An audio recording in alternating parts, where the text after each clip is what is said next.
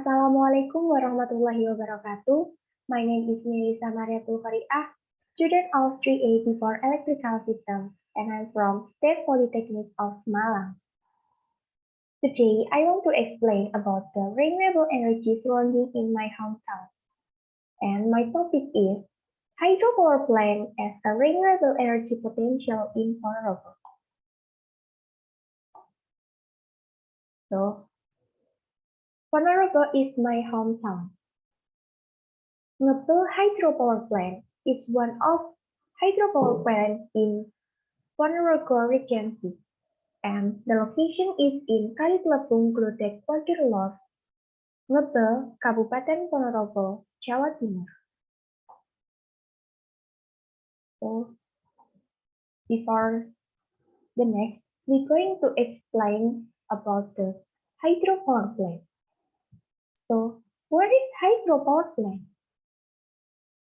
Hydropower plant is a power plant that is the potential and kinetic energy of the water to produce electrical energy by utilizing the flow of water, which is then converted into electrical energy through the rotation of a turbine and generator.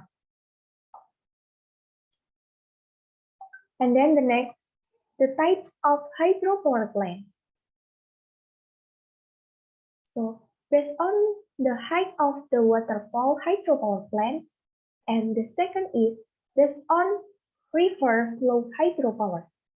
For the waterfall hydropower plant, there is three. For the first is waterway hydropower plant, and the second is dam hydropower plant, and the third is hybrid hydropower plant.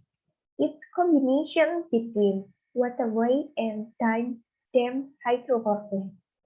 And based on raised river flow hydropower, there is runoff river, the second is regulatory pond, the third is reservoir, the fourth is pump storage, and the last is hydroseries. The next, we're going to the component of the hydropower plant. As we can see, this is the schematic diagram of hydropower plant. So the first component of hydropower plant is intake. Intake is a facility used to take water from the reservoir into the water channel. The second is control case. Control case is a regulator of the entry of water into and stop going to the turbine. The third is dam. A dam is a building that blocks the flow of water so that it reaches a certain height in order to produce a large amount of energy when it flows. And the fourth is generator, the device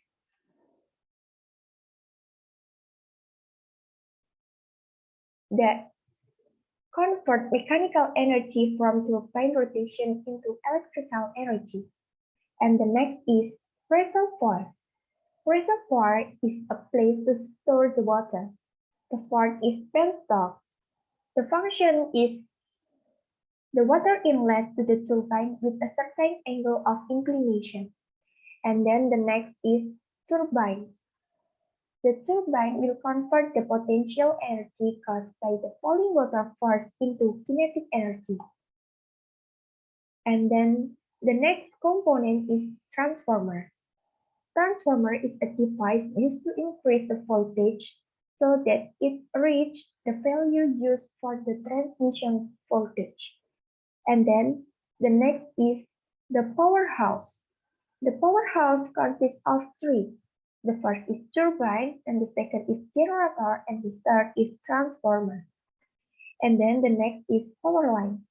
Power line serves to distribute the electricity that has been distributed. And then the last is outflow. So we're going to working principle of hydropower plant.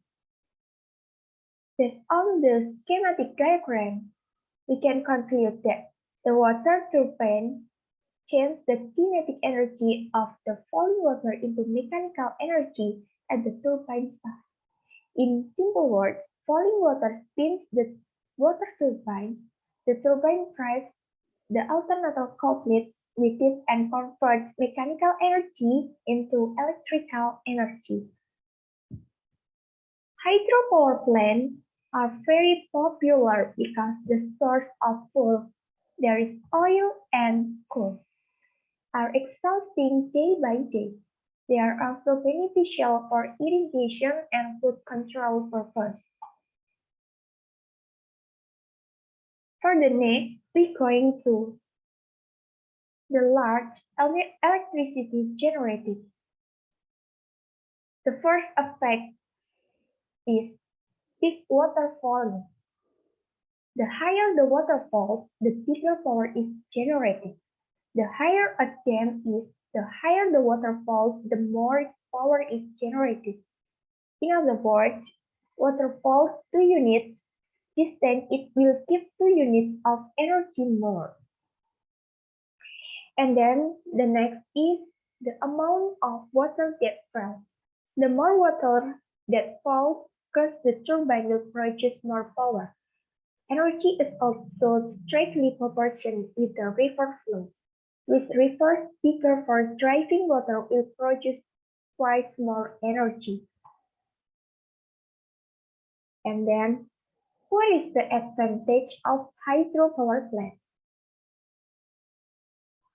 The first advantage of hydropower plant is hydropower is a renewable source of energy. So it means that the energy generated through hydropower released on the water cycle, which is driven by the sun, make it renewable.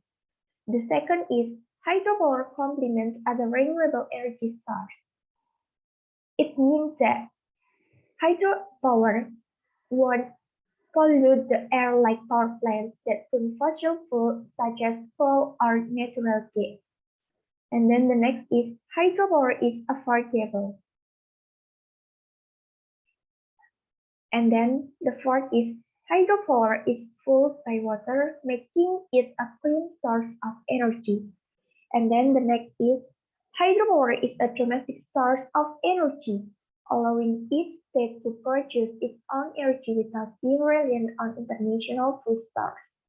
And then the next is hydropower provides benefits beyond electricity generation by providing flood control, irrigation support, and clean drinking of water. And then